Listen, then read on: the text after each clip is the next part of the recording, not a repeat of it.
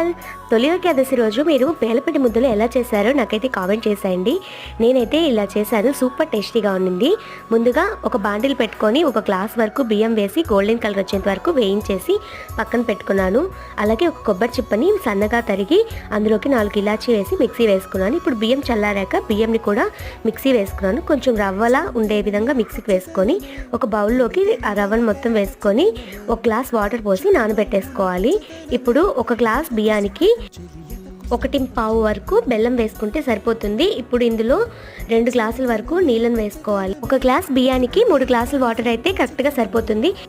బెల్లం మొత్తం కరిగిన తర్వాత ఇందులో మనం ముందుగా మిక్సీకి వేసి పెట్టుకున్న కొబ్బరి పౌడర్ని కూడా వేసేసి ఒక 2 నిమిషాల తర్వాత మనం ముందుగా నానబెట్టుకున్న రవ్వను కూడా వేసి ఉండలనేటి లేకుండా మిక్స్ చేసేసుకోవాలి.